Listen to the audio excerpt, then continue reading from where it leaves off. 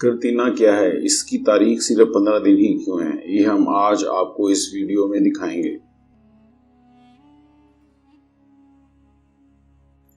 دنیا میں ایک زمانہ برف کا بھی گزرا ہے۔ اس زمانے میں پورا ارض مجمن تھا، مشرق سے مغرب تک برف ہی برف تھی۔ اس آئس ایج میں انسان کے پاس صرف ایک ہی کام تھا، اور وہ کام تھا خوراک کی تلاش۔ انسان زندگی کا دھاگا قائم رکھنے کے لیے برفوں میں مارا پھر رہا تھا۔ قدرت نے باراسنگا کو یہ اہلیت بخشی ہے کہ یہ برف سونگھ کر اس کے نیچے چھپا سبزہ تلاش کر لیتا ہے۔ رینڈیئر، جس کو باراسنگا کہتے ہیں، سیم مار کر برف توڑتا ہے، گھاس اور پتے نکال کر کھا لیتا ہے۔ انسانوں کو جب رینڈیئر کی اس اہلیت کا پتہ چلا تو اس کے پیچھے پیچھے چلنے لگے۔ باراسنگا یا رینڈیئر جہاں سیم مارتا تھا، یہ بھی وہاں برف توڑنے میں مصروف ہو جاتے اور بالآخر خوراک تک پہنچ جاتے۔ انسان نے گوشت کھانا بھی اسی دور میں شروع کیا۔ یہ رینڈیئرز کو ڈھونڈ کر کھا جاتے تھے۔ برف میں خوراک کی تلاش اور رینڈیئر کا پیچھا کی مجبوری انسان کو روس سے امریکہ لے گئی۔ 10 مرد اور عورتیں رینڈیئرز کا پیچھا کرتے ہوئے روس سے الاسکا پہنچ گئے۔ ہمارے ڈی این اے کی یادداشت میں درج ہے کہ دنیا میں ایک ایسا وقت آیا جب پورے ارض پر صرف 2000 لوگ بچ گئے تھے، باقی آبادی نامعلوم بیماریوں کی وجہ سے ختم ہو گئی تھی۔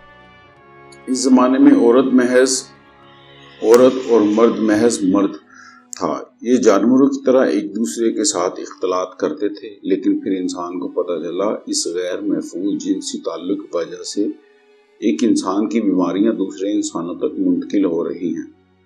چنانچہ موت کے خوف نے انسان کو ون مین ون وومن پر مجبور کر دیا اور اس نے شادی کرنا شروع کر دی۔ پھر انسان نے سفر کے سمندری ذریعے ایجاد کر لیے، بحری جہاز بنائے اور بر-اعظموں سے رابطے میں آ گئے۔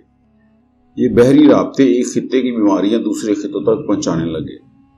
یورپ میں طاعون پھیلا تو اس نے ایشیا اور افریقہ کو بھی لپیٹ میں لے لیا۔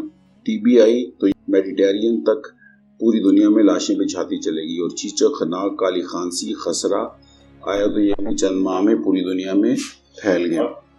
انسان نے تجربوں سے سیکھا تھا، ہمارے جسم میں 40 دن بعد ہر چیز تبدیل ہو جاتی ہے، صرف انسان کے دماغ، دل اور آنکھوں کے خلیے مستقل ہوتے ہیں۔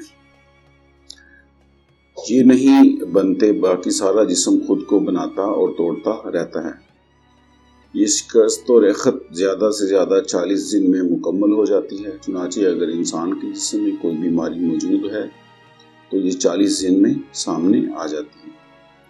لہٰذا سمندروں کے کنارے آباد شہروں کی انتظامیہ مسافروں اور عملے کو 40 دن تک احاطے میں رکھتی تھی، جس کے بعد صحت مند لوگوں کو شہر میں داخل ہونے کی اجازت دی جاتی تھی اور یہ بیمار لوگوں کو واپس بھجوا دیا جاتا تھا۔ 40 دن کا یہ سلسلہ فرانس میں شروع ہوا تھا۔